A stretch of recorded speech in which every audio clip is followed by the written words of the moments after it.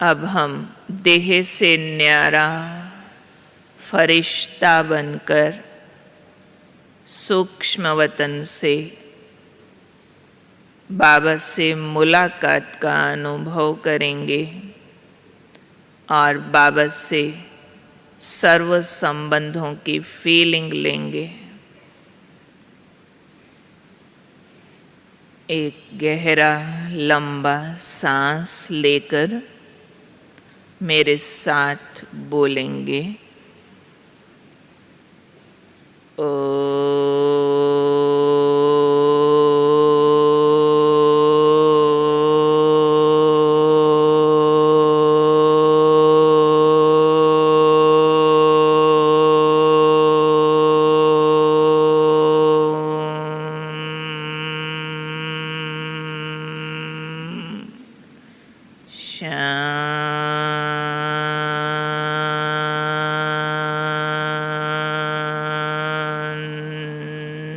शांति। नौमे शाम का समय है, घर जाने की वेला है। इस गोधूली के समय में पशु पक्षियों को भी घर याद आ रहा है। मैं आत्मा भी अपने मन बुद्धि के सारे विस्तार को समेटकर घर जाने की तैयारी करती हूँ। समेट लेंगे अपने को, सब तरफ के विचारों से सिमट जाओ। केवल इस समय मैं को मैं दिखाई दे रही हूँ। मैं भगवान से मिलना चाहती हूँ। कहाँ है वो? ऊपर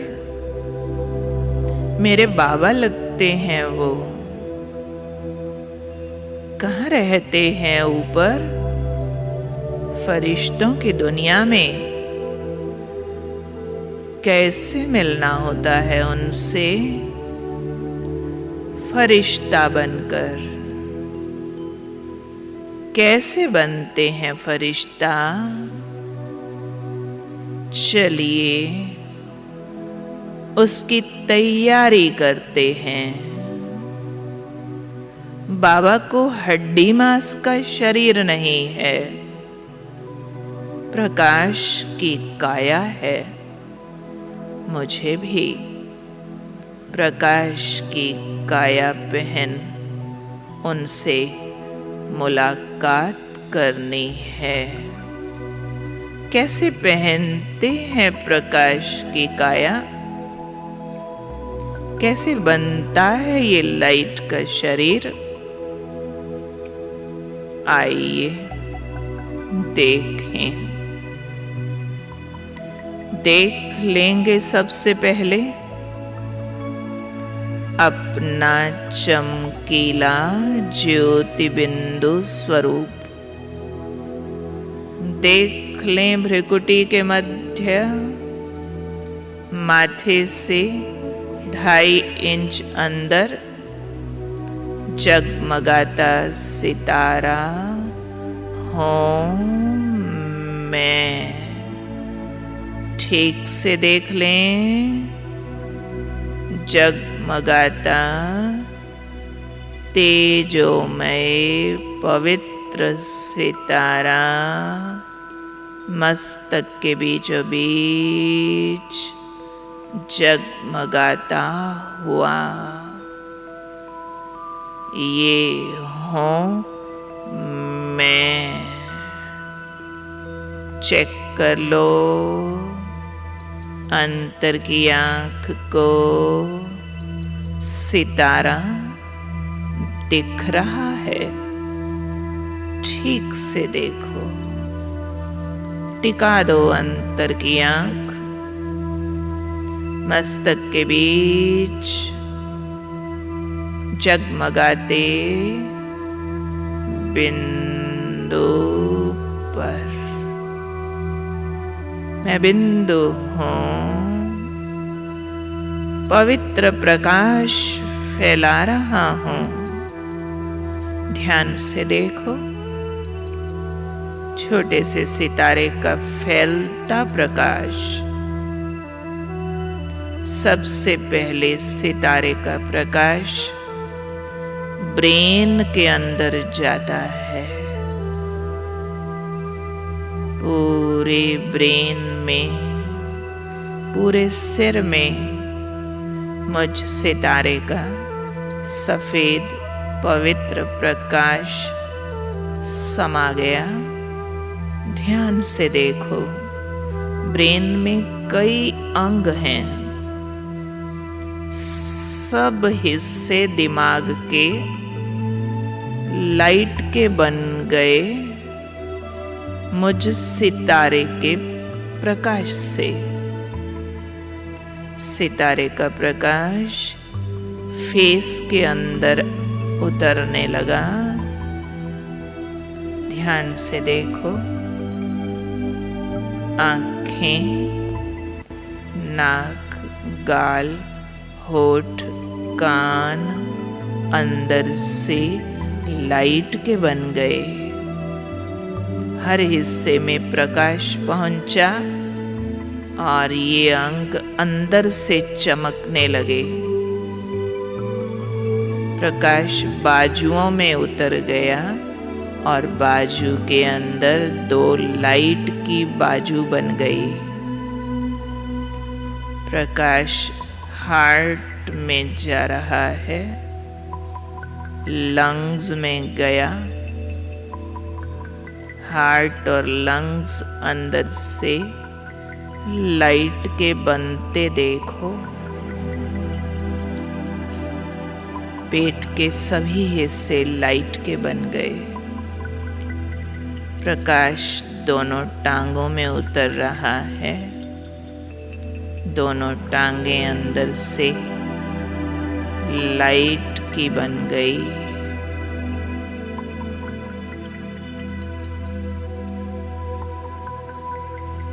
पूरा शरीर अंदर से प्रकाश का बन गया है, बाहर से हड्डी मांस का है। अब मैं मस्तक वाला सितारा 2 शरीरों में बैठा हूँ।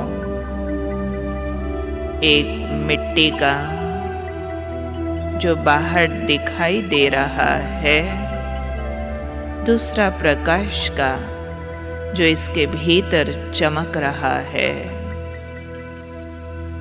ये मेरी प्रकाश की काया ही संपन्न होकर फरिश्ता बनती है। अब इस काया को लेकर मुझे उड़ना है। ये लाइट का शरीर उड़ सकता है। तो ऐ पंछियों, उड़ चलो, छोड़ दो मिट्टी की देह का बंधन, तोड़ दो इस देहभान के पिंजरे को। 2 शरीर अलग होते देखो।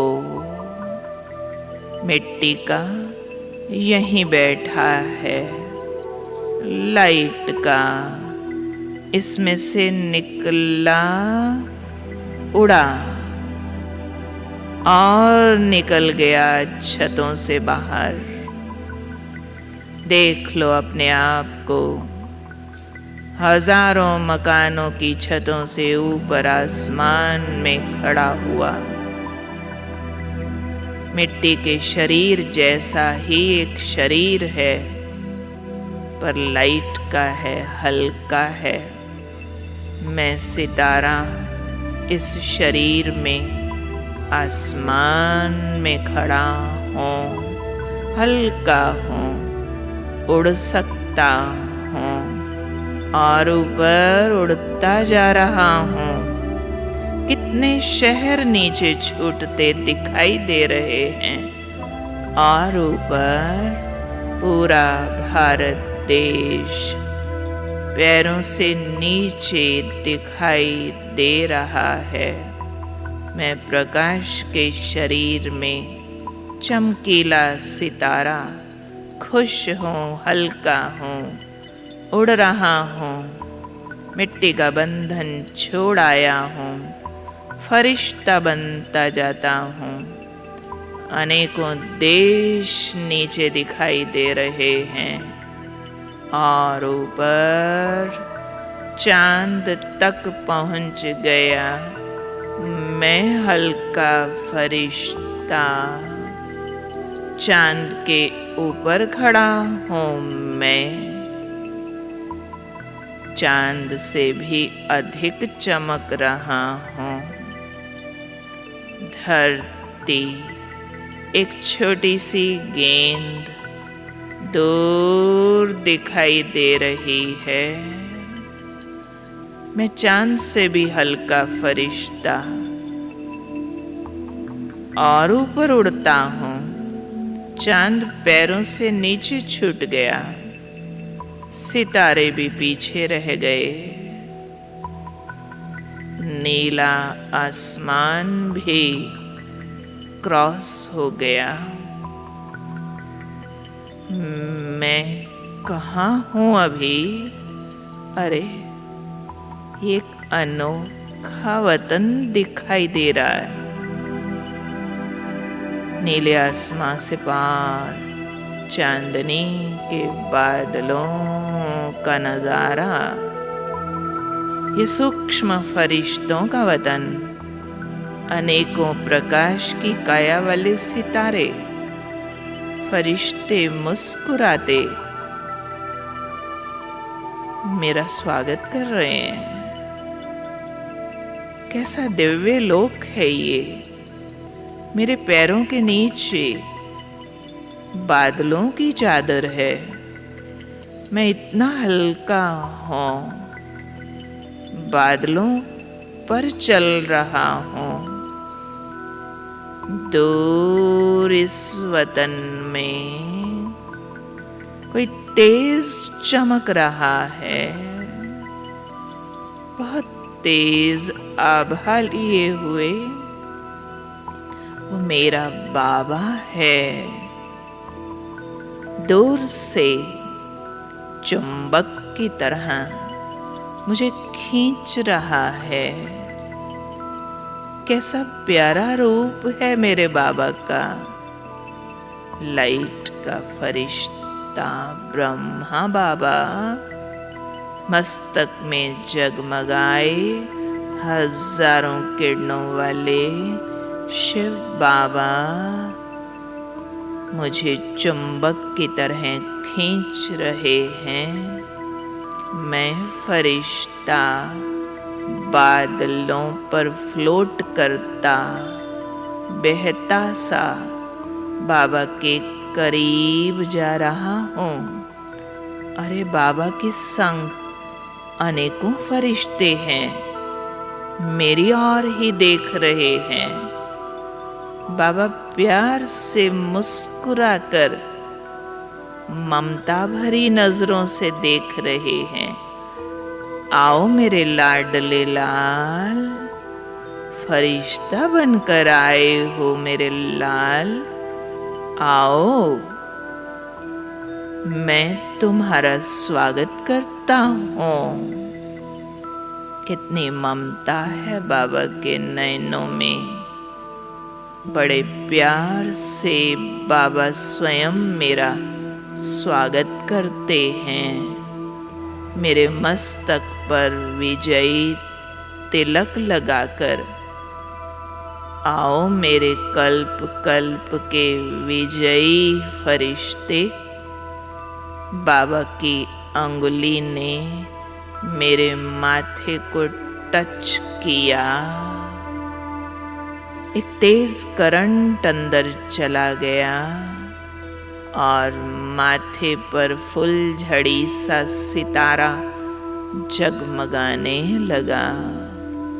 बड़े प्यार से बाबा ने अपना लाइट का वरदानी हाथ मेरे सिर पर रख दिया। ओहो, कितनी अनंत शक्ति अंदर समा गई। सिर पर प्रकाश का चक्र घूमने लगा। बाबा कहने लगे, बच्चे, ये तुम्हारी सूक्ष्म वतन की सौगात है, प्रकाश चक्र। बाबा के दोनों हाथों में बड़ी सी विजयमाला है, चमकीली। बाबा मुझ पर निहाल है। बाबा ने ये चमकीली माला मेरे गले में पहना दी। चारों ओर सितारे बरसने लगे, फरिश्ते मुझ पर फूल बरसाने लगे, गुलाबबाशी छिड़कने लगे। वाह रे विजयी फरिश्ते, वाह वाह। ओ बाबा, कितना प्यार करते हैं आप मुझे। मुझ नाचीज को, मिट्टी के पुतले के अभिमान में रहने वाले को आपने सूक्ष्म वतन का विजयी फरिश्ता बना दिया बाबा। शुक्रिया बाबा। बाबा ध्यान से मेरी ओर देख रहे हैं और कह रहे हैं, मेरे मीठे बच्चे, अब इस दिव्य लोक की, इस दिव्य सौगात को ले जाओ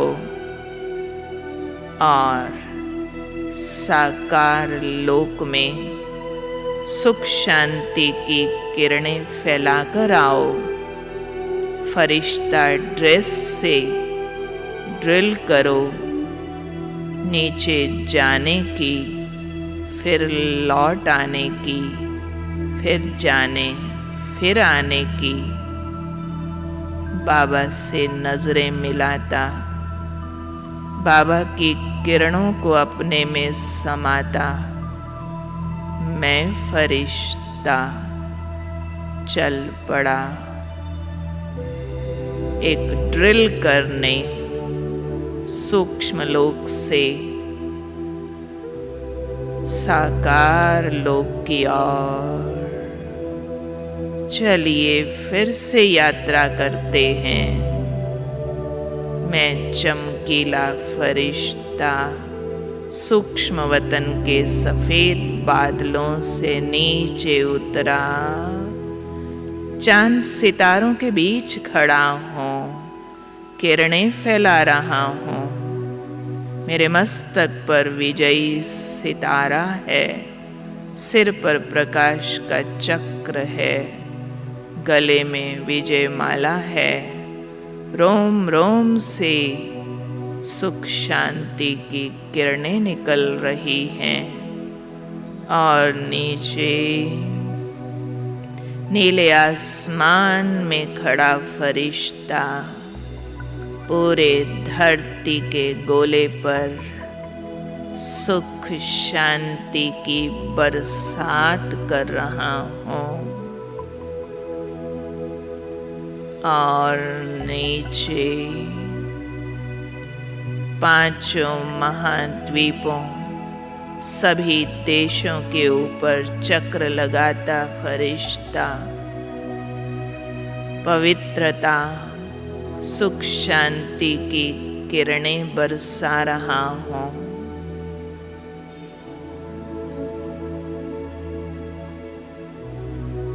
और नीचे पूरे भारत देश की करोड़ों आत्माओं को पवित्रता की किरणें देकर चार्ज कर रहा हूँ। इससे उनकी दुख अशांति मिट रही है। तीसरा नेत्र खुल रहा है। उनकी मनोकामनाएं पूर्ण हो रही हैं। पूरे भारत देश पर चक्कर लगाता फरिश्ता और नीचे आता आबू की पहाड़ियों से उड़ता डायमंड हॉल में बैठे मिट्टी के पुतले में समा जाता हूँ। इस देह में प्रवेश किया फरिश्ते ने। देह अंदर से चमकने लगी। रोम रोम से प्रकाश निकलने लगा। मैं अवतार आया हूँ सेवा करने। मुझे पवित्रता सुख शांति की किरणें फैलानी हैं। करंट देना है। चलिए सेवा करेंगे। फिर से उड़ेंगे। छोड़ दो मिट्टी की काया। लाइट का फरिश्ता बन उड़ चलो। नीले आसमान से उड़ते चांद सितारों को पार करते मैं फरिश्ता पहुंच गया सफेद बादलों पर। अपने बाबा के सामने उनकी तेजोमय प्रकाश की किरणों को अपने में समा रहा हूँ।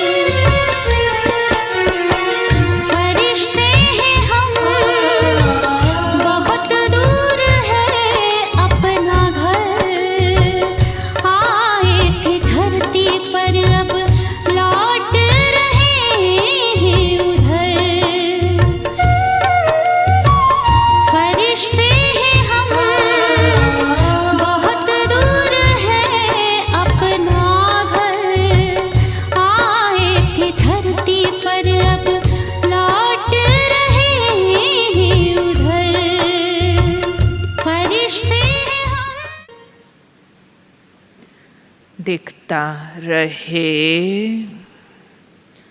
लाइट का वतन। मैं हल्का फरिश्ता बादलों पर चमक रहा हूँ। सामने निराले अनोखे स्वरूप वाले तीनों लोकों के स्वामी भगवान मेरे बाबा के रूप में चमक रहे हैं। फरिश्ता काया में जगमगाते प्राणेश्वर शिव बाबा। ध्यान से देख लो अपने बाबा को। ओ बाबा, मैं आ गया, आपका लाडला लाल विजयी फरिश्ता नीचे चक्कर लगाकर मैं आ गया बाबा। बस बाबा, आप इतने प्यारे लगते हो, आपको छोड़ना नहीं है। जी चाहता है आपको देखती रहूं, आपके प्रकाश को अंदर समाती रहूं। आप ही मेरा संसार हो बाबा। मेरे माता पिता, बंधु सखा स्वामी सतगुरु, मेरे सब कुछ आप हो।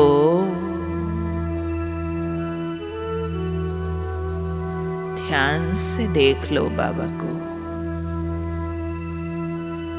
ओ मेरी ब्रह्मा माँ,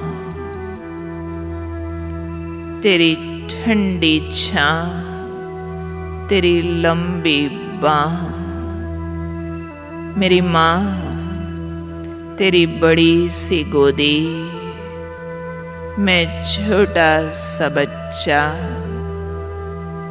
लाइट का फरिश्ता, ब्रह्मा माँ की गोदी में किलकारियाँ मारता खेल रहा हूँ।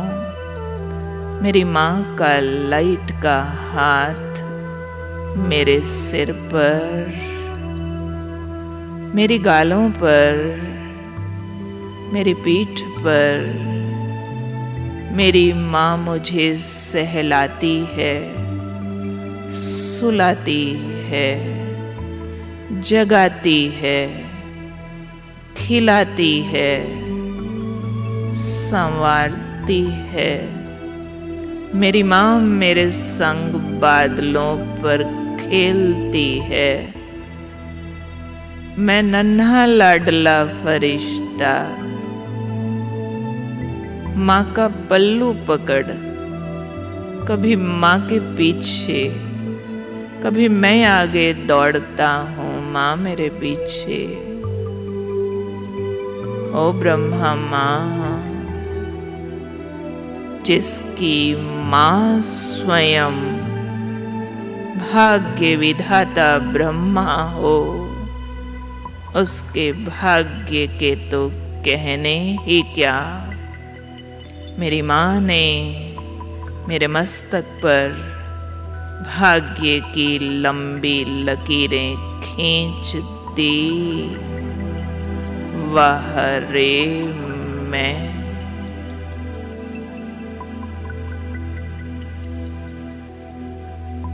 ओ मेरे शिव बाप, ऐ तीनों लोगों के स्वामी, मैं आपकी रचना, आपकी औलाद हूँ, आपका वारिस हूँ। तीनों लोगों का अधिकार प्राप्त करने वाला वारिस, आपके सब गुण शक्तियों का वारिस। ऐ मेरे शिव बाप, मेरे सब काम आप करते हो, मुझे क्या परवाह। मेरी अंगुली पकड़कर चलते हो, गोदी में लेकर घुमाते हो, कभी कंधों पर बिठाते हो, कभी सिर पर चढ़ाते हो, कभी संग संग झूला झूलाते हो। दुनिया के तो भगवान हो, मेरे तो बाप हो। जिसका बाप सर्वशक्तिमान हो, उसे किसका डर।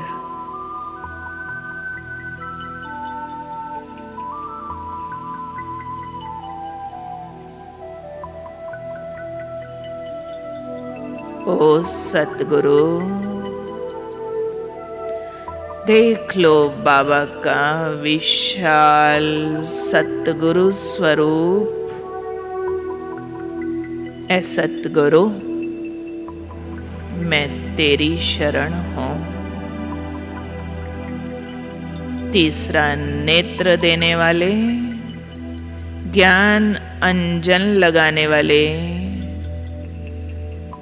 जीवन नैया इस पार से उस पार ले जाने वाले, लो संभालो मेरी जीवन नैया और ले चलो इस पार से उस पार। ओ सद्गति दाता, मुक्ति जीवन मुक्ति दाता, तेरी नजरें नियामत हैं। तेरी नजरों ने मुझे निहाल कर दिया है। मेरे सतगुरु भगवान का वरदानी हाथ मेरे सिर पर, तेरे वरदानों की शक्ति मुझे चला रही है। मैं नहीं चल रहा, आप चला रहे हैं।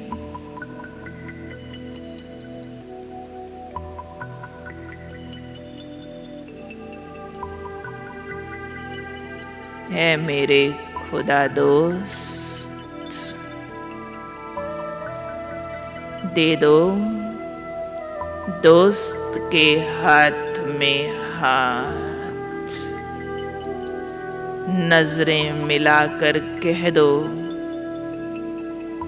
आज से तेरी मेरी दोस्ती पक्की हुई। ये दोस्ती न छूटेगी कभी। तुम सा प्यारा दोस्त मिलेगा कहाँ? ऐ दोस्त, दिल की सब सुनते हो, सुनाते किसी को नहीं हो, और दिल खोल खोल कर अपनी दास्तां सुना देते हो। तुम सा वफादार होगा कौन? ऐ दोस्त, लो संभालो मेरा जीवन रथ, पकड़ो मेरी बुद्धि की लगाम, हाँको मेरे मन के घोड़े, बनो मेरे सारथी, और कुरुक्षेत्र के मैदान में मेरी विजय निश्चित करो। ऐ गीता सुनाने वाले, सदा साथ निभाने वाले दोस्त, तेरा साथ छोड़ना नहीं। अब ये दिल की बातें केवल तुमसे होंगी। मैं तुम्हारी सुनो, तुम मेरी सुनो, और कोई चाहिए नहीं। तुम ही संग खाऊं, तुम ही संग घूमूं।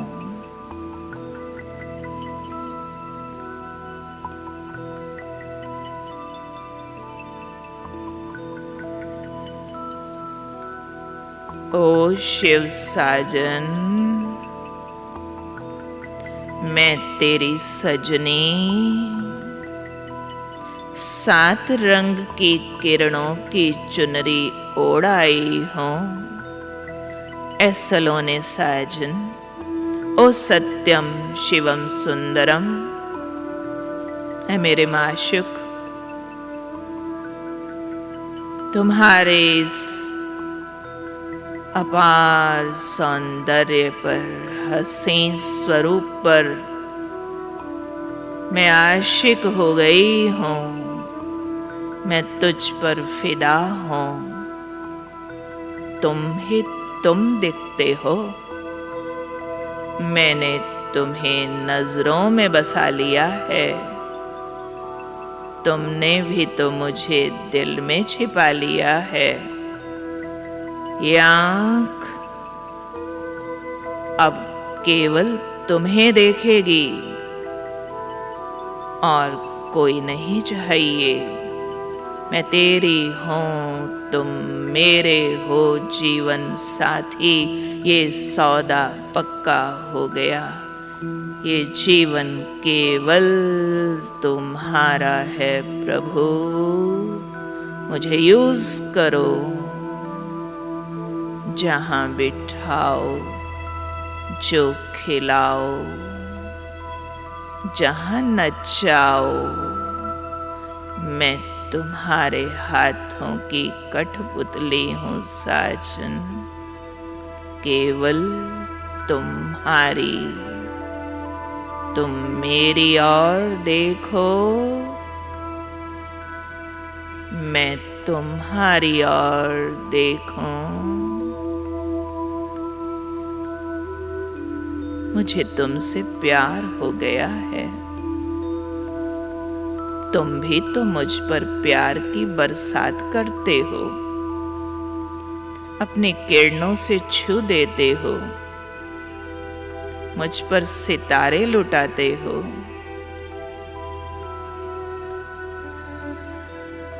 किरणों की बरसात होने दो।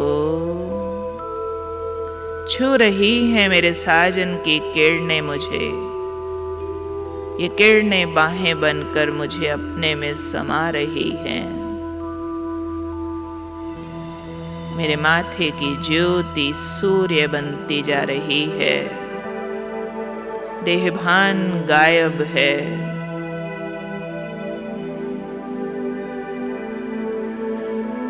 महामिलन हो रहा है। दिल से गुण गाओ अपने साजन के।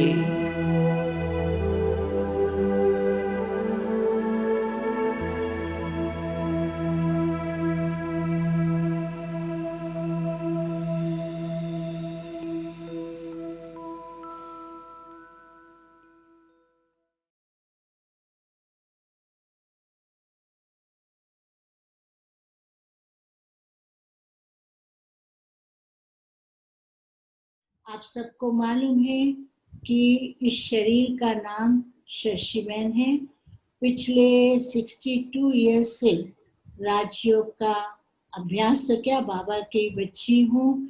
और मैंने ये ज्ञान जो है करनाल, दिल्ली के पास करनाल जगह है जहाँ पर उस समय मनोहर दादी रहती थी, छोटे ही पन में ये ज्ञान लिया था।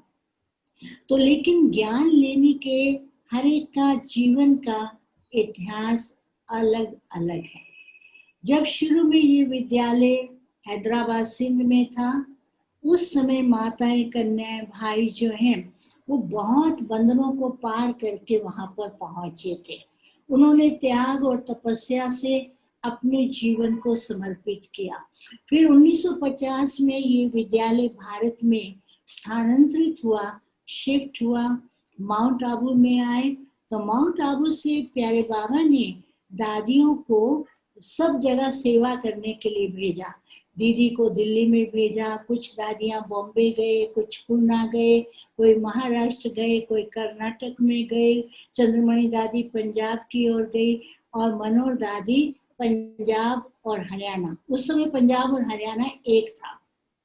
तो मनोहर दादी करनाल में आई थी, पहले दिल्ली में गई थी, फिर करनाल में आई थी। तो मनोहर दादी के स्वभाव को तो आप जानते ही हैं, बहुत हंसना बहलाना, बहुतों के प्यार से पालना करना। तो जब वो करनाल में आए तो बहुतों की सेवा की। उस समय बहुत माताएं परिवार के परिवार आते थे और एक ऐसा परिवार निकला था जिन्होंने अपना ही घर दे दिया था सेंटर चलाने के लिए।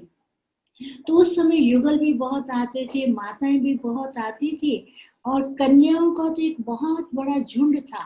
और वो जो कन्याओं का झुंड था ना, वो कन्या बहुत एक्टिव, अलर्ट, लेकिन सब की सब कन्या बंधन में थी, सब की सब। किसको माँ बाप का बंधन, किसको परिवार का बंधन, किसको अनेक बंधन थे। वो छुप छुप के आती थी, लेकिन कोई गीत गाने में, कोई डांस करने में, कोई ड्रामा करने में, ऐसे जैसे चारों तरफ प्रोग्राम्स होते थे ना, तो वहां पर वो जाती रहती थी।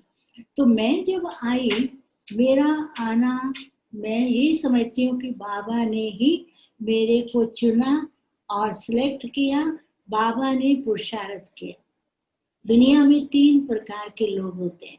एक होते हैं जो मेहनत करके कुछ प्राप्त करते हैं, एक होते हैं जो भाग्य लेकर के आते हैं, थोड़ी मेहनत करते हैं, प्राप्त करते हैं, और तीसरे होते हैं जिनके लिए भगवान करता है। तो वो जो हमारी बहनें कुमारियां माताएं आई थी, वो बहुत मेहनत, बहुत त्याग करना पड़ता था उनको, और बाकी कुछ थे जो मेहनत करके पुरुषार्थ करके अपना भाग्य बना रहे थे।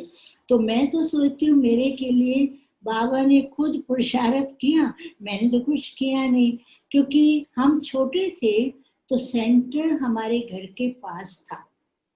तो जब जब कोई प्रोग्राम होता है, शिव जयंती प्रोग्राम है या कोई ऐसा प्रोग्राम है, गुरुवार है, भोग मिल रहा है, तो बच्चे खेलते खेलते सेंटर में हम चले जाते थे, वहाँ भोग खा के आते थे। तो पहले लौकिक माता जी ने वहाँ पर जाना शुरू किया। तो लौकिक माता के साथ मैं, मेरी बहन, भाई, जैसे सब बच्चे भाई बहने साथ ही हम गए। तो जैसे हम वहां पर गए तो बच्चों को तो अलग बिठा देते थे और हमारी क्लास अलग होती थी। लेकिन उन दिनों में क्या था कि 7 दिन का कोर्स नहीं कराते थे। उन दिनों में ऐसा था कि हम क्लास में जाके बैठते थे, योग में बता देते थे, सिर्फ इतना ही बताते थे कि तुम आत्मा हो, शिव बाबा को याद करो। लेकिन बाबा कहते हैं ना कि आप ऐसा वाइब्रेशन क्रिएट करो कि उस वाइब्रेशन में जो भी आने वाली आत्मा है उस वाइब्रेशन में खो जाए। तो उस समय ऐसा होता था, सेंटर का वातावरण, क्लास का वातावरण इतना पावरफुल होता था कि एंटर करते ही हम कहाँ हैं हमको कुछ पता नहीं होता था, 1 सेकंड में उड़ जाते थे।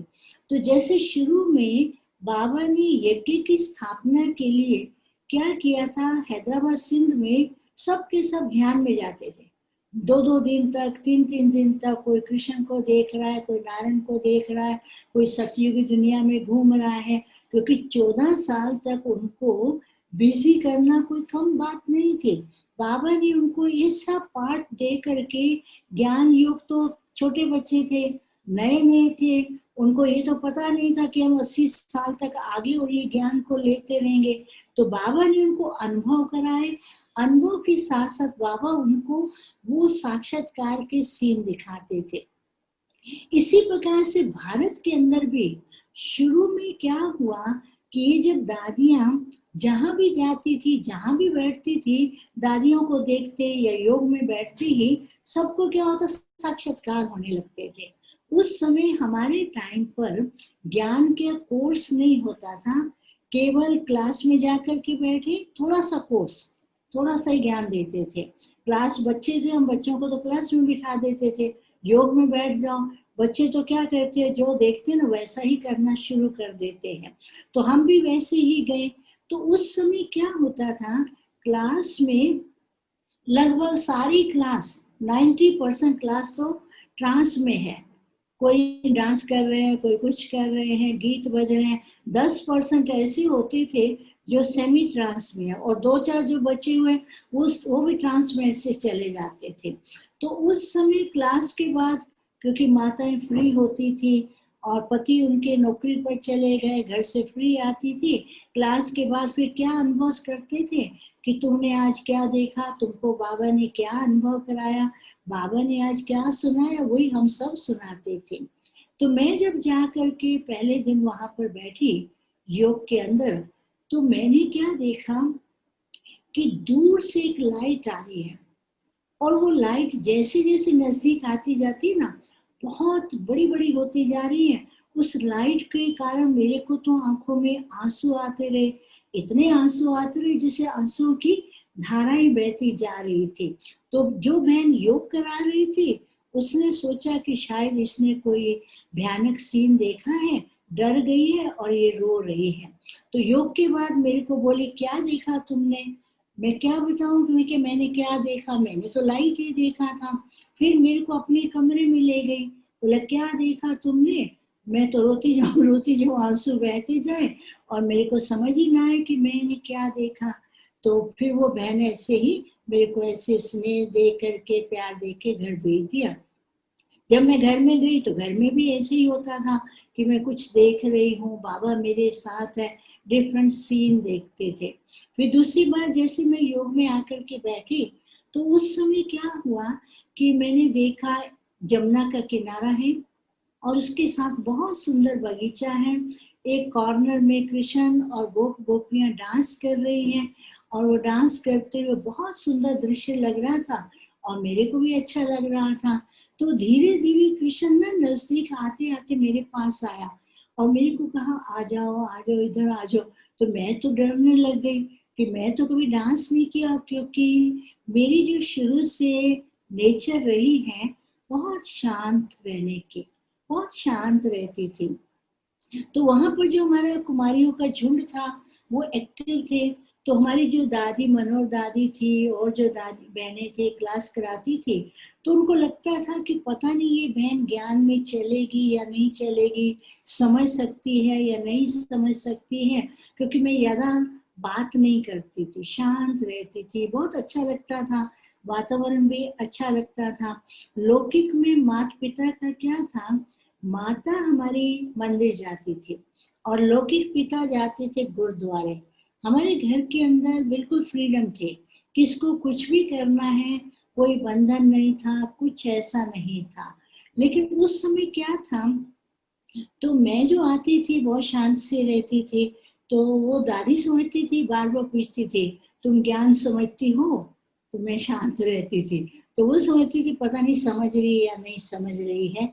लेकिन बाबा अंदर ही अंदर इतनी अंडरस्टैंडिंग दे रहे थे, इतना रियलाइजेशन करा रहे थे, तो इतना अनुभव करा रहे थे।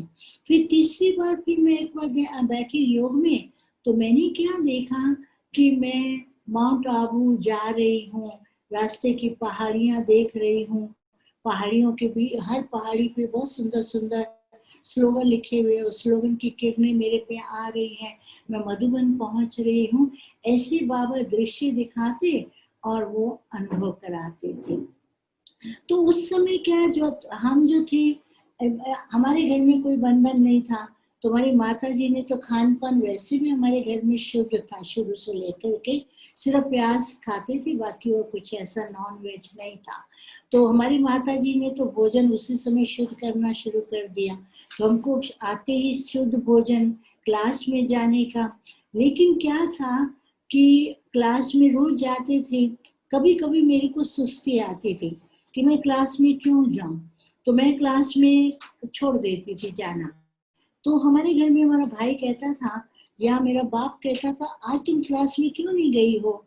तो मैंने कहा देखो, मैं सुस्ती करती हूँ, ये लोग मेरे को कहते क्लास में जाओ, तो मैं क्लास में जाती थी। और जैसे ही क्लास में जाती थी तो बाबा क्या करते थे, वो जैसे गहरे गहरे अनुभव कराते रहते थे और वो अनुभव में अंदर ही अंदर करती रहती थी, लेकिन किसको बताते नहीं थे।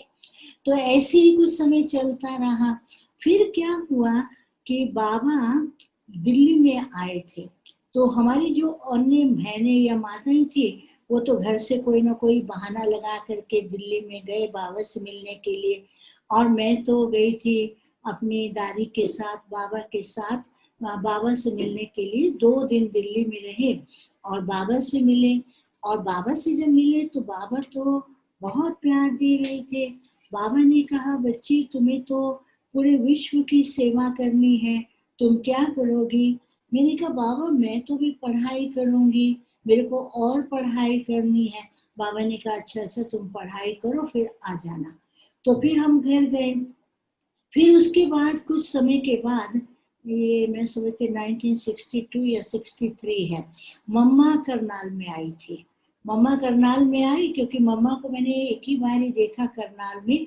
तो मम्मा करनाल में आई, जनवरी का महीना था और हम लोग वहाँ छोटे बच्चे होने के कारण लाइन में लगे हुए फूल मालाएं लेकर के, गुलदस्ते लेके खड़े थे सारे। मम्मा का स्वागत किया और स्वागत के साथ साथ डांस आदि जो भी होता है वो सारा किया। लेकिन मेरे को कोई बंधन नहीं था ना, बाकी बहनें तो सेंटर पर कोई 1 घंटा रहती, कोई आधा घंटा रहती, तो मेरे को मौका मिल गया सेंटर पर पूरा दिन रहने का। जब पूरा दिन रहने का मिला तो मम्मा जिस कमरे में बैठती थी, अब बच्चों को तो होता है ना, अब मम्मा के पास जाना है, कह भी नहीं सकते हैं, तो मैं क्या करती थी, घूम घूम करके खिड़की से मम्मा को देखती थी। तो मम्मा ने मेरे को देख लिया, तो मम्मा ने मेरे को कहा अंदर आओ। तो जैसे मैं अंदर गई मम्मा के पास देखने के लिए, तो मम्मा तो एकदम ऐसे पूरी माँ की तरह, लक्ष्मी की तरह, और मम्मा की दृष्टि से इतना प्यार मिल रहा था, तो मैं तो एकदम गदगद हो गई। बस मैं मम्मा को देखती रही और मम्मा की गोदी में चली गई। तो मम्मा ने कहा, देखो बच्ची, तुमको विश्व की सेवा करनी है, बाबा का ये कार्य है, बाबा ये कार्य करा रहे हैं, नई दुनिया की स्थापना, ऐसी मम्मा ने बहुत बल भरा। तो 4-5 दिन मम्मा वहाँ रही थी। फिर उसके बाद मम्मा ने पंजाब का टूर, हरियाणा को, उस समय पंजाब कहते थे लेकिन हरियाणा का टूर उस समय किया। फिर तो मैं अपनी पढ़ाई में, जब मैं पढ़ाई कर रही थी, तो पढ़ाई करते मुझे बहुत शौक था कि मैं लौकिक जॉब करूं। मेरे को हमेशा कहते थे तुम सेंटर पर रहोगी, मैं कहती थी नहीं, लौकिक जॉब भी करो, डबल सेवा करनी है। तो 1966 की बात है, तो मैं थोड़ा फ्री थी अपने पढ़ाई से, और मैं यहाँ माउंट आबू में पहली पहली प्रदर्शनी, जहाँ अपना म्यूजियम है उसके सामने विश्राम भवन उस समय था, अभी तो वहाँ एक वो बन गया है, स्टोर बन गया है, वहां पर प्रदर्शनी लगाई थी।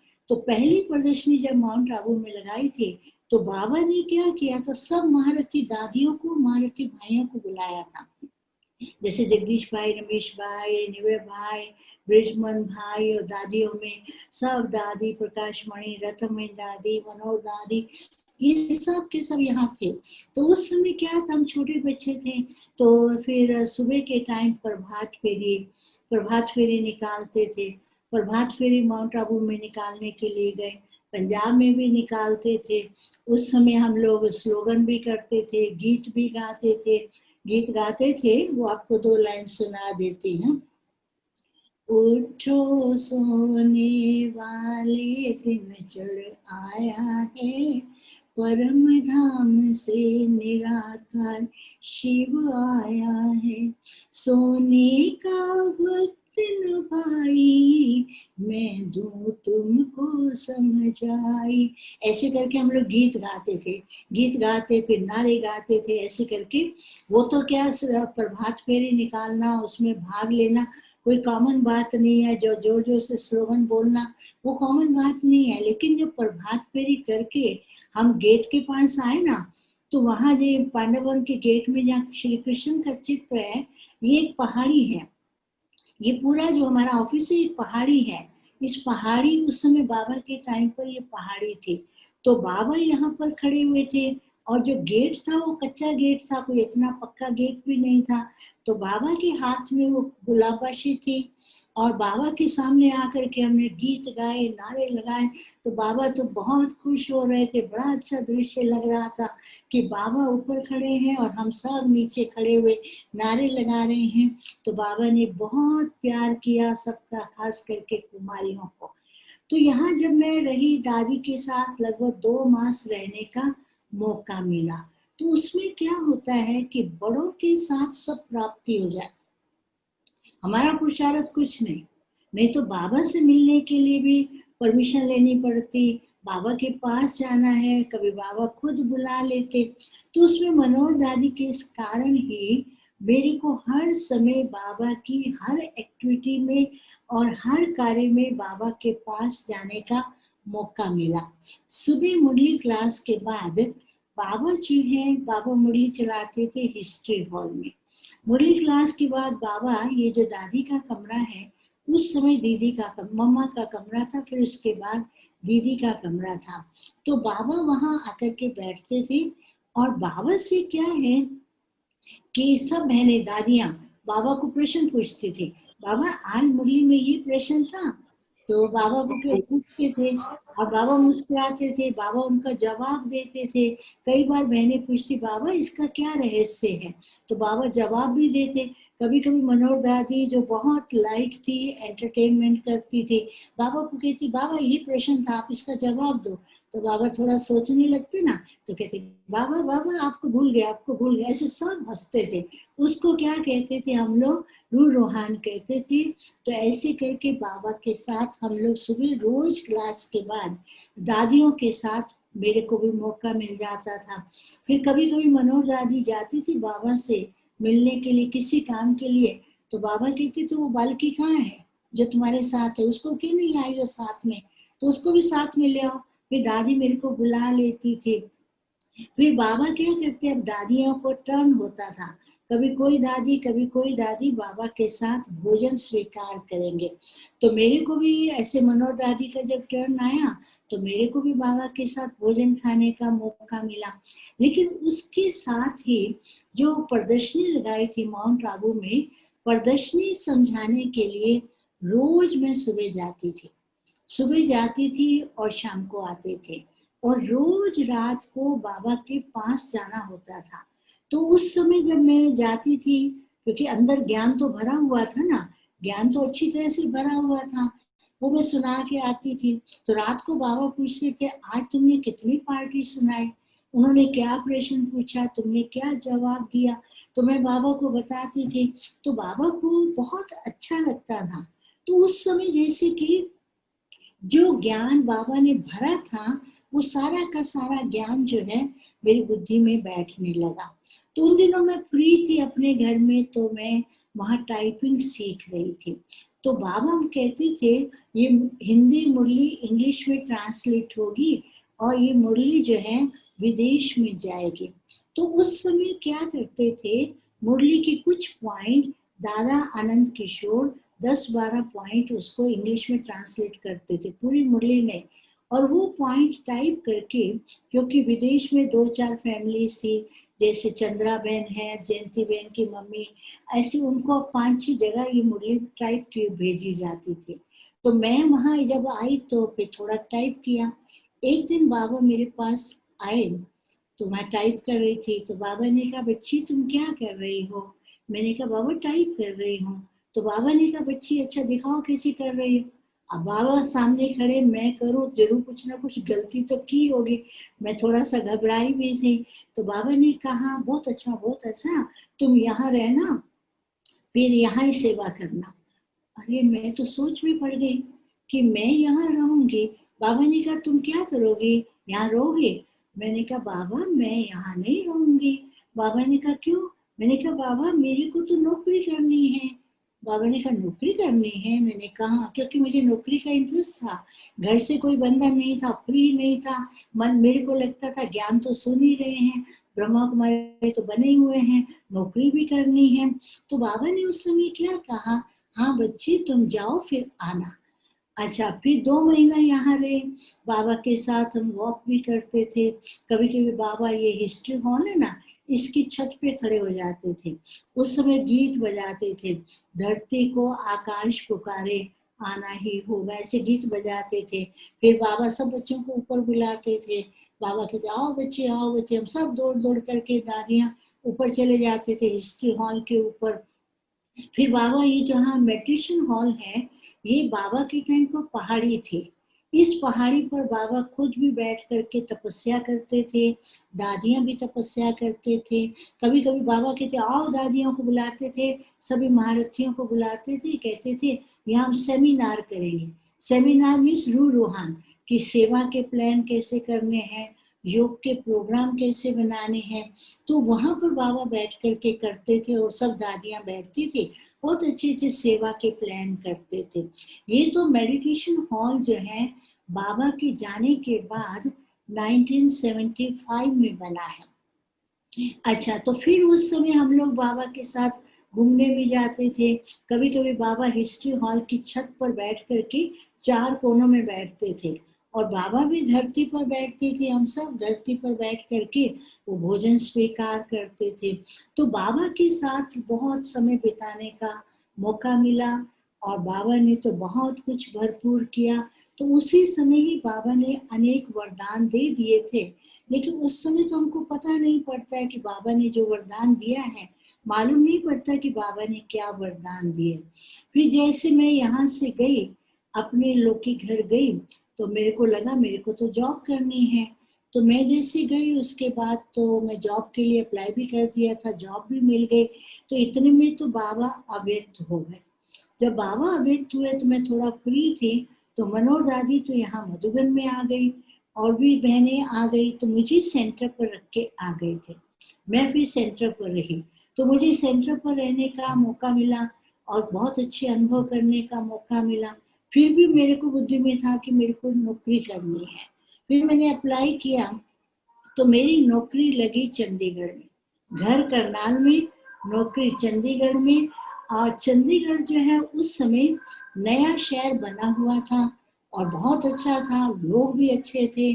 और मैं जब वहां जाऊं तो मेरी माता जी कहे, तुमको मैं अकेले नहीं रखूंगी। फिर एक बीके फैमिली थी, उसके पास रही। लेकिन जैसे मैं योग में बैठती थी, बाबा तो मेरी इंटेलेक्ट को, बुद्धि को खींचते थे। बच्ची, तुम्हें विश्व की सेवा करनी है। ऑफिस में जाऊं तो ऑफिस में बड़ा अच्छा वातावरण था, लोग बड़े अच्छे, क्योंकि अलग अलग स्टेट से आए थे। चंडीगढ़ जो है एक बहुत एक मॉडर्न टाइप का बना हुआ था उस समय।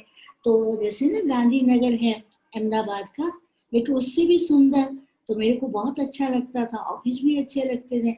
लेकिन बाबा क्या करते थे, रोज कोई ना कोई प्रेरणा देकर, टाइम थोड़ा है, विश्व की सेवा करनी है। तो फिर मैंने थोड़ा समय नौकरी किया, फिर मैं छोड़ करके, क्योंकि घर से तो कोई बंधन नहीं था, मैं छोड़ करके यहाँ मधुबन आई। और मधुबन में मैंने यहाँ ट्रेनिंग किया। तो ट्रेनिंग करते हुए मेरे को दादी ने, दीदी ने भेजा कलकत्ता। 1-2 मास कलकत्ता रही। कलकत्ता के बाद फिर 1 साल रही मैं पटना में। फिर पटना के बाद फिर मैं नेपाल में रही 1 साल, वहां पर सेंटर चलाती थी काठमांडू में। फिर मैं उसके बाद जब भी आती थी मधुबन में, तो यहाँ ऑफिस कारोबार में, क्योंकि ऑफिस में काम किया था, तो ऑफिस कारोबार में मदद करती थी। तो दादी कहती थी कि यहाँ पर तुम रहो और यहाँ ऑफिस में काम में मदद करना। दीदी मनमोहिनी कहती थी बहनों को तो सेंटर संभालना है, जिज्ञासुओं की संभाल करनी है, उनकी स्पिरिचुअल सस्टेनेंस देनी है। तुम यहाँ बैठ करके ये क्या कागज पे काम करती रहेगी, तुमको यहाँ नहीं करना है। तो दादी कहती यहाँ करो। फिर मेरे को कुछ टाइम मैं अहमदाबाद गई, कुछ टाइम फिर और स्थान पर गई। लेकिन फिर यहाँ पर दादी ने कहा नहीं, तुमको यहाँ रहना है, क्योंकि उसके बाद यहाँ पर मधुबन में राजयोग शिविर भी, वीआईपी प्रोग्राम भी शुरू हो गए थे। फिर 1974 से, मैं पहले से तो आती थी, रहती थी महीनों महीनों, लेकिन 74 से परमानेंट रहना शुरू किया। जयंत भाई भी आते रहे हैं, चंपा बहन भी आते रहे, पूरा परिवार को तो मैं अच्छी तरह से जानती हूँ, तो सब आते रहे। तो मधुबन में रहते हुए मेरे को वो बाबा के महावाक्य याद आते हैं कि जो साकार में बाबा ने कहा था, बच्ची जाओ फिर आना। अब ये तो हमने उसने समझा ही नहीं कि जा करके फिर यहाँ आना। और मेरे को घर से कोई बंधन नहीं था जो मेरे को यहाँ पर रहने का कुछ ऐसा कहा जाए, तो कुछ ऐसी बात हो, तो मैं तो यहाँ रह गई। लेकिन यहाँ रहते हुए दादी और दीदी से सब ट्रेनिंग ली, क्योंकि कोरा कागज आए, कुछ भी पता नहीं हमको, क्या है एडमिनिस्ट्रेशन, क्या है कारोबार, क्या है दुनिया में जो कारोबार और यहाँ के कारोबार में बहुत अंतर है। तो इसमें क्या है, सबसे पहले मैं आपको मम्मा के बारे में बताती हूँ, क्योंकि मम्मा की अनेक विशेषताएं आपने सुनी। अब मम्मा की एक कहानी सुनाऊंगी। एक बार जैसे मम्मा कैसे बच्चों को समझाती थी, बहुत प्यार से, ये सुनी भी होगी शायद ना भी सुनी हो। एक बार की बात है कि एक बहन का किसी बहन के साथ थोड़ा सा मन मुटाव, कोई बोलचाल हो गया। तो वो बहन का मूड ऑफ हो गया, बोला मैं मम्मा को जाके इसकी शिकायत लगाऊंगी। मम्मा के पास गई, मम्मा को कहा, मम्मा ये बहन ने मेरे को ऐसे ऐसे बोला है, मैं तो रात भर सोई नहीं। मम्मा ने कहा अच्छा ऐसी बात हो गई है। हाँ मम्मा मैं रात भर सोई नहीं। फिर क्या हुआ? मैं सुबह योग भी नहीं किया। फिर क्या हुआ? मैं क्लास में भी नहीं आई, मैंने ड्यूटी भी नहीं किया। फिर क्या किया? मैं बहुत रोई। फिर मम्मा ने कहा और क्या किया? मैंने अपनी सखी को भी बताया। तो मम्मा ने कहा अच्छा इतनी सारी बातें हो गई है। फिर मम्मा ने कहा देखो उसने तो एक बात कही और तुमने कितनी भूलें की। उसने एक भूल की और तुमने कितनी भूलें की। फिर उसको रियलाइज हुआ हाँ मम्मा मेरी तो बहुत सी भूलें हो गई। तो मम्मा ने कहा देखो एक छोटी सी बात के लिए इतनी भूलें हम कर लेते हैं, हमको पता नहीं रहता। इसीलिए क्या है, हर बात का ध्यान देना बहुत जरूरी है। तो मम्मा की तो कितनी कहानियां कितनी बातें हैं, सो सुने तो कम है। एक बार की बात है कि जहाँ बाबा होते थे ना, सारे बाबा के पीछे चले जाते। बाबा चक्कर लगा रहे हैं तो सारे बाबा के साथ। तो एक दिन रात का टाइम था, पूरी रात नहीं ऐसे शाम का टाइम था। उन दिनों तो खाना भी जल्दी खा लेते थे। तो बाबा आंगन में चक्कर लगा रहे हैं तो सारे के सारे बच्चे बाबा के साथ लग गए। तो मम्मा फिर किचन की ओर चक्कर लगा रही थी। तो बाबा ने कहा मम्मा कहाँ है? तो सबने कहा बाबा मम्मा यहाँ नहीं है। बाबा ने कहा नहीं मम्मा तो यहाँ है। तो कहा नहीं नहीं कहाँ है मम्मा? यहाँ नहीं है। बाबा ने कहा अच्छा जाओ कहाँ देख के आओ। तो एक बहन गई देखने तो मम्मा किचन में चक्कर लगा रही थी और बाबा की याद में इतनी खोई हुई थी। तो बाबा ने कहा देखो मम्मा रिस्पॉन्सिबल है, वो जानती हैं कि तुम सब चले जाओगे, किचन को छोड़ के ऐसे चले आए हो, कुछ ऐसा इंसिडेंट हो जाएगा तो कौन जिम्मेवार होगा? तो जिम्मेवार भी है, बाबा की याद में भी है, दूर होते हुए भी ना बाबा के नजदीक है।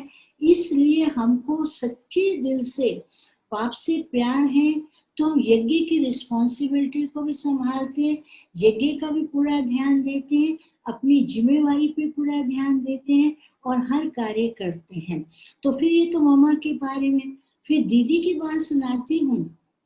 दीदी बहुत स्ट्रिक्ट थे, लेकिन वो स्ट्रिक्टनेस जो थी वो यज्ञ का आधार था। जो फाउंडेशन स्ट्रांग होता है ना तो हर कार्य सहज हो जाता है। आज दादी और दीदी और मम्मा और सब जितने महान दादियां हुई हैं, आदि रतन, ये सारे फाउंडेशन है।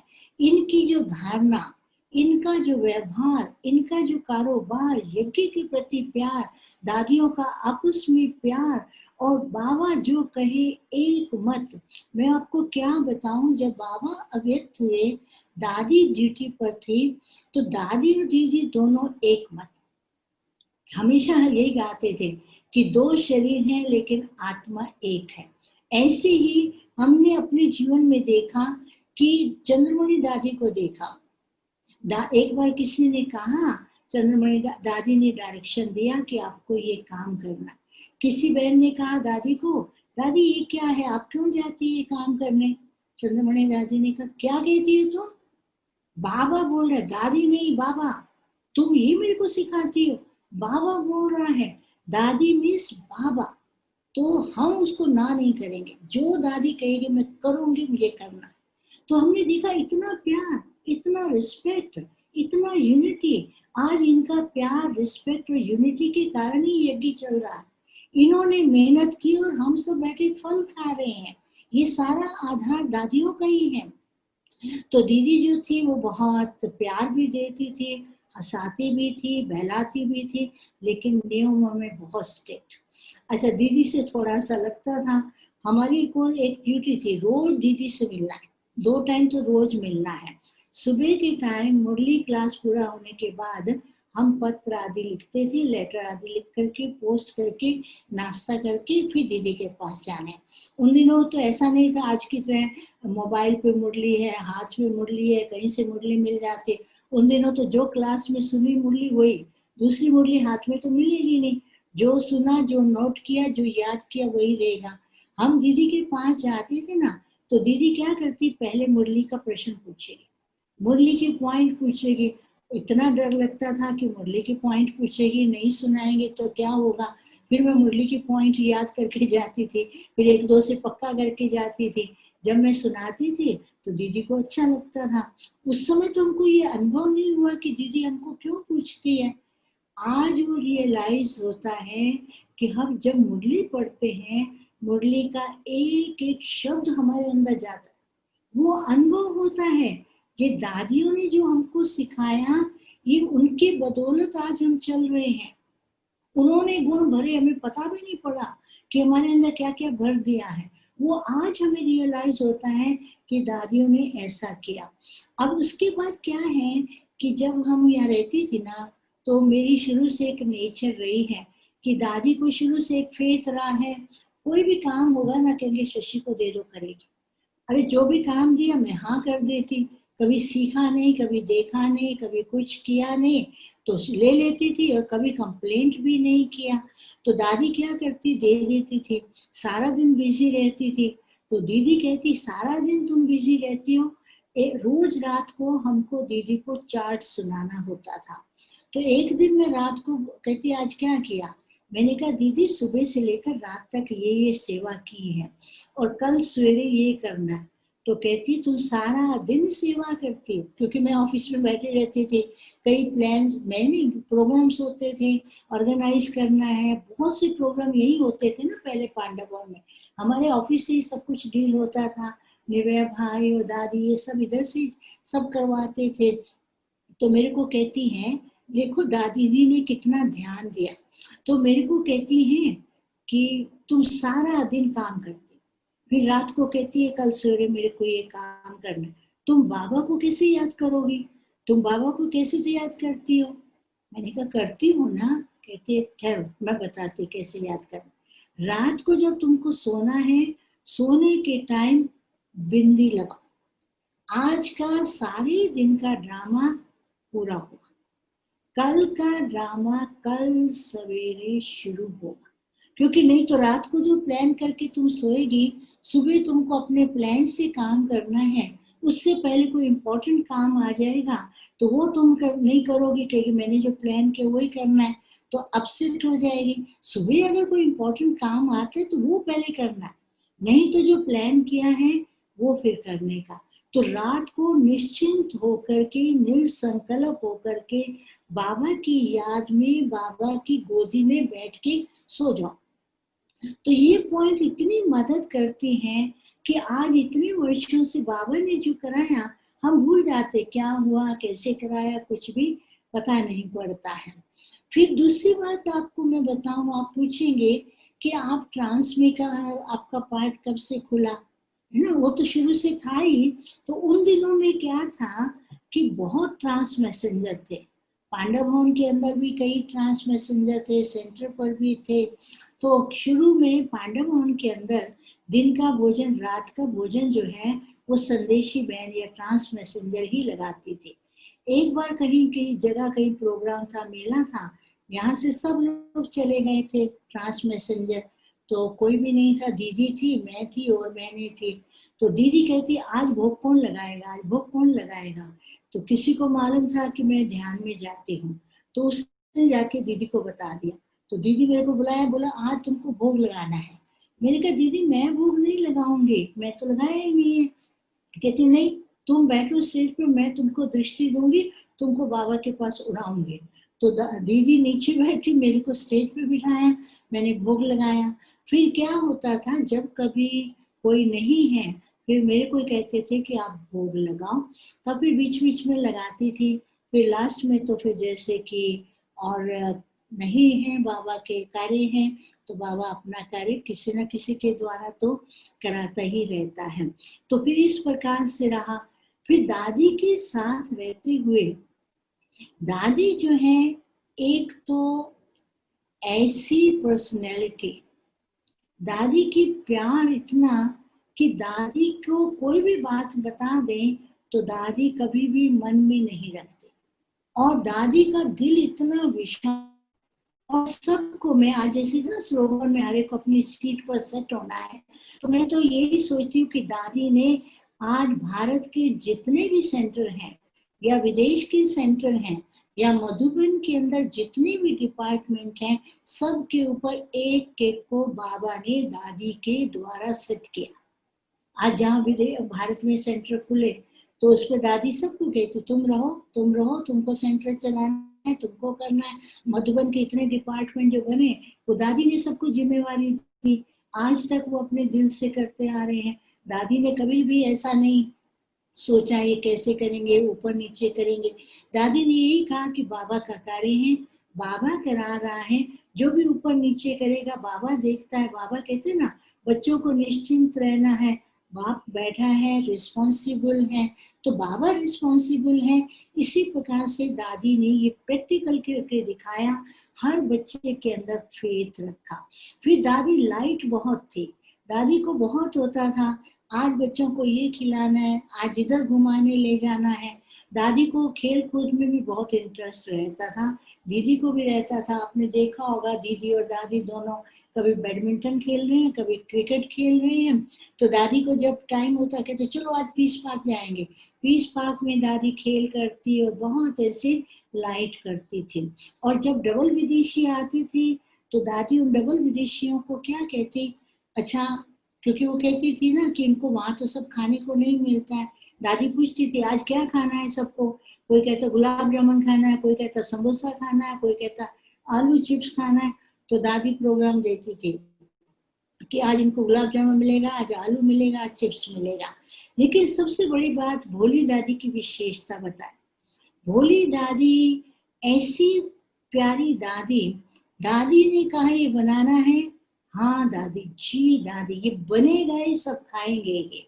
फिर कभी कभी भोली दादी की विशेषता कि बाबा के घर में कोई आ जाए, खाना नहीं है तो क्योंकि अच्छा अच्छा खाना खत्म हो गया ना, क्योंकि बैठो बैठो 5 मिनट लगेगा, बैठो बैठो, फटाफट कड़ी बनाएगी, चावल बनाएगी, गरम गरम खिलाएगी, किसको भूखा नहीं रखेगी, क्योंकि बाबा के घर में आते हैं तो ये भूखे नहीं रहने चाहिए। तो इस प्रकार से बाबा ने ट्रेनिंग दिया।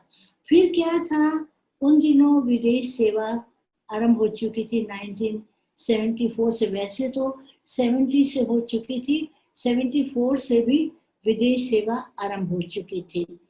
और वहां पर उन दिनों विदेश सेवा के लिए इंग्लिश हैंड्स की जरूरत थी और इंग्लिश जानने वाली बहनों को यहाँ मधुबन में बुलाया था और उनकी ट्रेनिंग थी। और मैं यहाँ रह गई थी तो मुझे भी उस ट्रेनिंग में बिठा दिया। तो जब ट्रेनिंग में बिठाया, ट्रेनिंग पूरा होने के बाद हम अव्यक्त बाबा से मिले। तो अव्यक्त बाबा के पास जब मैं गई तो मेरे को बाबा ने कहा बच्ची तुम विदेश जाओगी सेवा के लिए। मैं तो शांत हो गई क्योंकि मेरे को तो कोई एम ही नहीं था। बाबा ने कहा नहीं बच्ची, बाबा तुमको भेजेगा, तुम होके आना। मतलब होके आना मीन्स मैं यहाँ से जा नहीं रही हूँ, चक्कर लगा के आना। तो ये भी जैसे बाबा के कई वरदान मिलते रहे और बाबा उन वरदानों से भरपूर करते रहे।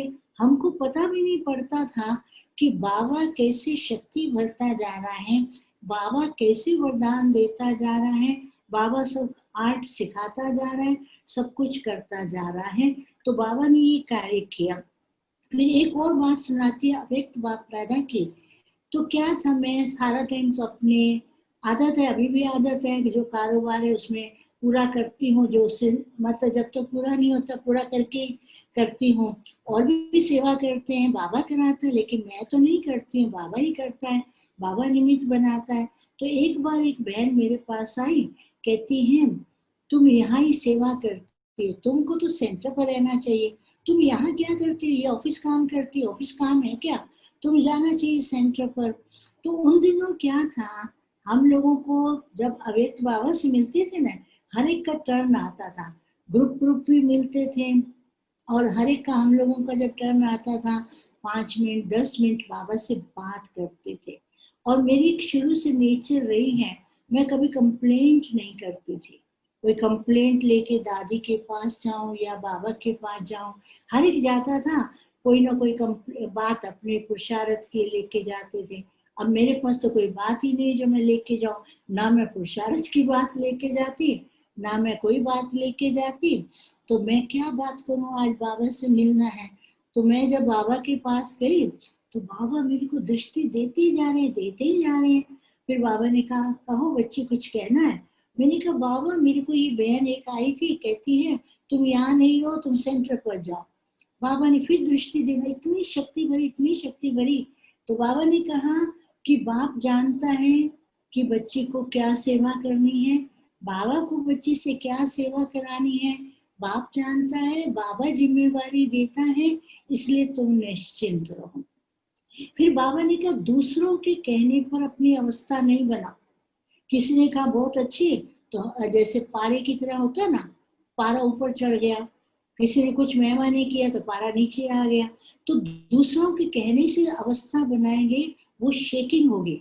जैसे ना झूला झूलता रहता है, कभी ऊपर कभी नीचे, कभी हिल रहा है, कभी डोल रहा है, कभी कुछ हो रहा है, पारे की तरह स्टेज हो जाएगी। कभी तो देखो हम प्रोग्राम करते हैं ना, कोई बहुत मेहमान करते हैं, फिर बस मैंने बहुत अच्छा किया, मैंने बहुत अच्छा किया, मेरा ही प्रोग्राम था, जिसको बाबा मुरली में कहते कच्चा फल खा ले। तो बाबा ने कहा कि दूसरों के कहने पे अपनी अवस्था नहीं बनाओ, बाबा को सामने रखो, बाबा क्या चाहते हैं वैसा ही करो।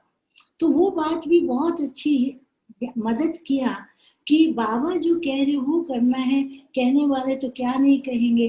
जब यहाँ सेवा करने बैठे कई जिम्मेवारी दादियां दे देते थे, अब अनुभव तो है नहीं, कभी ऊपर नीचे भी हो जाता था, तो कई जाते थे दादी को बोलते दादी इसने काम ठीक नहीं किया, तो दादी कहती अच्छा कोई बात नहीं है, तुम ही इसकी जिम्मेवारी ले लो। कहती ना ना मैं नहीं लूंगी।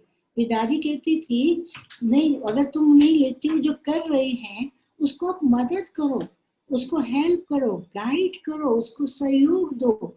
तो दादी का ये होता था कि एक दूसरे को हेल्प करना है, एक दूसरे को सहयोग देना है, यूनिटी बनाए रखना है, करेक्शन नहीं करो और ही उसमें अच्छी एडिशन करो, एक दूसरे की विशेषताओं को देखो, ये सब दादी ने करना सिखलाया।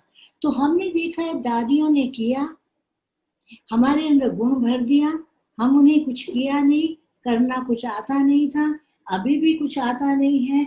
बाबा को जो कराना होता है करा लेता है, बाबा को जिस समय जो कार्य कराना होता है, मैं तो अपनी बुद्धि को बिल्कुल हल्का रखती हूँ, बाबा तुम्हारा कार्य है, आप जानो आपका कार्य है, आपको ही कराना है।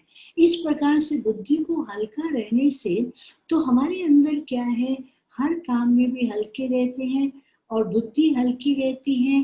बाबा बैकबोन बन के काम कर देता है, नाम कराएगा दूसरों का, किया तो बाबा ने। अभी तक तो यही अनुभव है कि दादियां हमारे साथ हैं, हम तो केवल बच्चे हैं, कराने वाला बाबा है, हम छोटे बच्चे बन के चले, उसमें ही कल्याण है, उसमें ही अनुभव है। फिर दूसरी बात जो समय अनुसार बाबा कह रहे हैं कि बाबा कहते हैं अभी समय ऐसा चल रहा है, समय का चिंतन नहीं करो। अभी बाबा ने जो हमको बताया कि ऐसा ड्रामा अनुसार ये जो समय आया है, ये हमको अपनी अवस्था को चेक करने के लिए, अपनी अवस्था को मजबूत बनाने के लिए। बाबा हमेशा कहते थे समय आएगा, सारे विश्व के अंदर आप साकाश भेजोगे, एक स्थान पर बैठ करके वाइब्रेशन भेजोगे, प्रकृति को पावन बनाओगे। ये हम सुनते रहते थे, लेकिन ये ड्रामा ने एक ऐसा सीन क्रिएट किया है, दुनिया वाले भयभीत हैं, लेकिन बाबा के बच्चे भयभीत नहीं है। बाबा के बच्चे कितने खुश हैं, वो एक स्थान पर बैठ के जूम द्वारा क्लासेस करते हैं और वाइब्रेशन भेजते हैं। तो ये समय जो हमको मिला है अपनी स्टेज को परफेक्ट बनाने के लिए, अपने आप की चेकिंग करने के लिए, तो बाबा कहते हैं समय ऐसा मिला है ब्राह्मण परिवार को मजबूत बनाने के लिए, उनको ज्ञान और योग के वाइब्रेशंस के द्वारा शक्तिशाली बनाने के लिए और फरिश्ता बनने के लिए। जैसे बाबा कहते हैं ना, फरिश्ते बन करके सारे विश्व में उड़ जाओ, तो फरिश्ता बनने के लिए बाबा ने कहा है। अभी मैं आपको बताऊं, वो समय अभी नहीं रहा है कि ज्ञान पुरुषार्थ कैसे करें, अब ये कैसे करना है। अभी तो बाबा ने सारा ज्ञान दे दिया। मैं आपको एक ट्रांस का मैसेज देती हूँ। एक बार एक संदेशी बाबा के पास गए, तो वहां पर पर्दा लगा हुआ था, तो बाबा को बोलती बाबा ये पर्दे के पीछे क्या है। बाबा ने कहा नहीं बताएंगे। तो बोला बाबा खोलो ना, इसके पीछे क्या है। बाबा ने कहा नहीं खोलेंगे। अभी समय नहीं आया, कहती मेरे को देखना है। बाबा ने कहा अच्छा देखना है तो खोलते। तो जैसे पर्दा खुला, उसके पीछे देवी देवता तैयार हो रहे। किसका मुकुट पीछे, किसकी बाजू वाली, जो गले की माला नीचे गिरी पड़ी है, बाजू वाली की ही इधर गिरी पड़ी है, और अजीब से ड्रेसेस पहन के, कहाँ की ड्रेस कहाँ, चुन्नी कहाँ पहननी है, मुकुट कहाँ पहनना, तिलक कहाँ लगाना, सब उल्ट पुल्ट लगा पड़ा था। तो देख करके हंसने लगे। बाबा ने कहा क्यों हंसती हो? कहती बाबा ये तो सब कार्टून है, ऐसे इनको ये भी पता नहीं कि तिलक कहाँ लगाना है, इनको ये भी पता नहीं कि मुकुट कहाँ मुकुट पहना हुआ है। बाबा ने कहा यही बच्चे कर रहे हैं, बाबा ने सब कुछ दे दिया है, अभी इसके आगे और क्या देंगे। बाबा ने कहा केवल सेट करना है अपने को। कैसे सेट करना है? स्वस्थिति का तिलक दो, जिम्मेवारी का ताज पहनाया है। जिम्मेवारी का ताज कौन सा? सेल्फ परिवर्तन के लिए, सेल्फ ट्रांसफॉर्मेशन के लिए, विश्व को साकार देने के लिए। बाबा ने जो ताज दिया है, जो कंगन दिए हैं, उसमें आप इष्ट देव बनो। आपके भगत आपको पुकार रहे हैं, वो आपसे बहुत कुछ मांगते हैं, लेकिन आप क्या करें? अभी भी पुरुषार्थ करना है। बाबा योग नहीं लगता है, बाबा मैं क्या करूं, मेरा योग नहीं लगता है। बाबा इस पे भी हंसते हैं। एक बार किसी ने कहा बाबा को, बाबा मैं ना, मेरा योग नहीं लगता। बाबा ने कहा तू तो सहज योगी है। कहा कैसे? कहा तुम यही कहते ना, बाबा मैं आपको याद नहीं कर सकता, बाबा मैं आपको भूल जाता हूँ, बाबा मैं क्या करूँ, मैं याद नहीं कर सकता हूँ, बाबा मैं कैसे याद करूँ। तो क्या कर रहा है? बाबा बाबा ही तो कह रहा है, और क्या कह रहा है? तो याद कर रहा है उल्टे रूप में। तो बाबा ने कहा ऐसे नहीं कहो, ये कहो बाबा मैं आपका लाडला बच्चा हूँ, बाबा आपने मेरा भाग्य बनाया है, बाबा आप कितना वरदान दे रहे हैं, बाबा आप मेरे को कितना महान बना रहे हैं, हम सारे विश्व के अंदर कितने महान। तो बाबा के गुण गाओ, अपने भाग्य के गुण गाओ, यही तो योग है। बाकी योग नहीं लगता, योग नहीं लगता। अरे आजकल क्या करते हैं, 10 लोगों से चार्ट मांगते हैं, तुम्हारा चार्ट कैसा है? 10 चार्ट इकट्ठे करके बैठ जाते हैं। अरे वो चार्ट एक लिखा, फिर दूसरे दिन दूसरा लिखा, तीसरे दिन तीसरा लिखा। बाबा ने कहा चार्ट अंदर चेक करो, एक चार्ट रखो, लेकिन साथ साथ अपनी बुद्धि को भटकाओ नहीं, करेक्शन में मत जाओ, बाबा से कंप्लेंट नहीं करो। अभी तो समय है अपने आप को भरने का, भक्तों को साक्षात्कार कराने का। इष्ट देव बनो, और इष्ट देव बनकर के सारी दुनिया को बाबा का मैसेज दो, क्योंकि नई दुनिया को अभी नजदीक लाना है।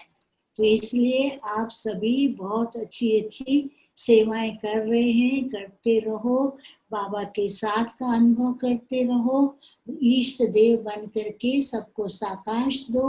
और बाबा कहते हैं ये सब मेरे लाडले बच्चे हैं, तो आप सभी आगे बढ़ते रहो, बाप की छत्र छाया में हो, एग्जाम्पल बन के और उदाहरण मूर्त बन करके, उदार मूर्त बन के सबका कल्याण करो।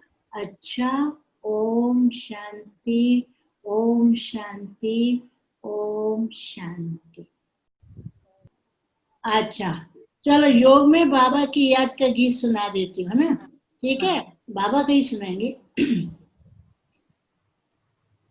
जी करता है बाबा हम पास तेरे उड़ आए, पास तेरे उड़ आए, जो पिंजरे से उड़कर पंछी नील गगन में जाए, नील गगन में जाए। जी करता है बाबा हम पास तेरे उड़ आए। ओम शांति।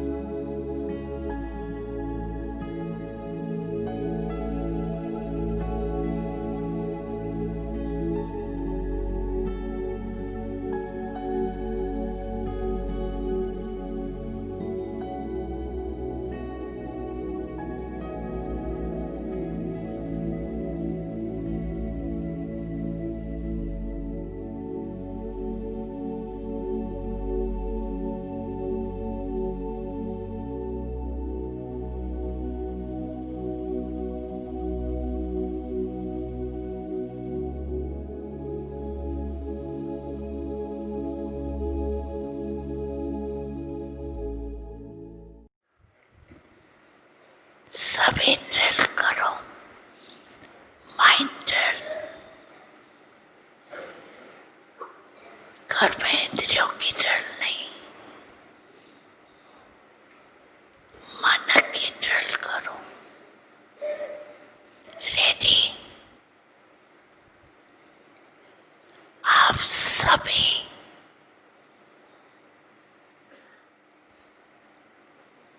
परमात्म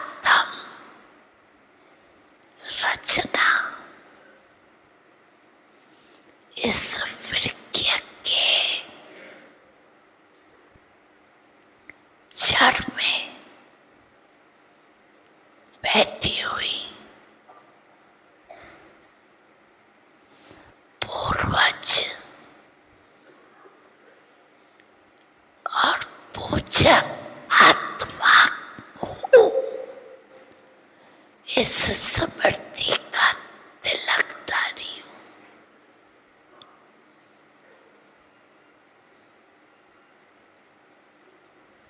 स्मृति का तिलक लगाया।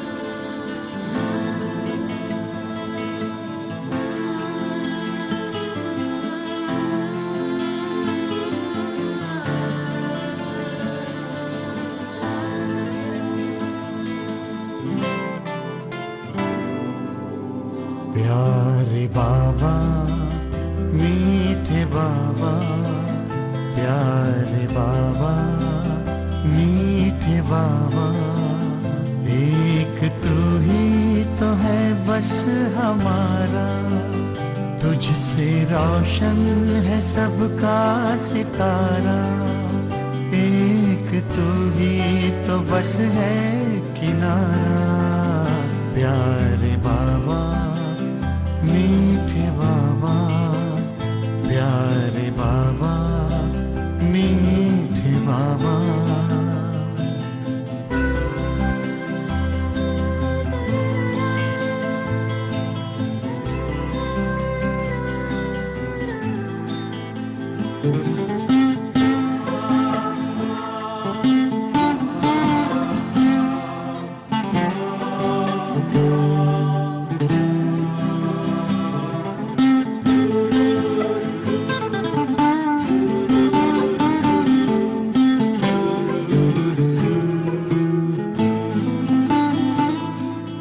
मन में जो भाव तेरे लिए है, खुश हो के पुण्य किए हैं,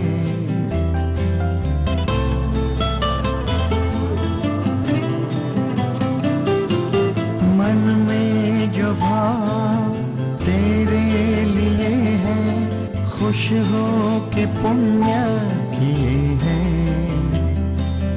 तेरी बताई राहों को चुनकर खुशियों से वादे किए हैं, मैंने जो चाहा मिला है, अरमानों का गुल खिला है, जानता हूँ तू चाहे मुझको, दुआओं में रखना तू सबको, मुझको तो है तेरा सहारा, प्यारे बाबा मीठे बाबा, प्यारे बाबा मीठे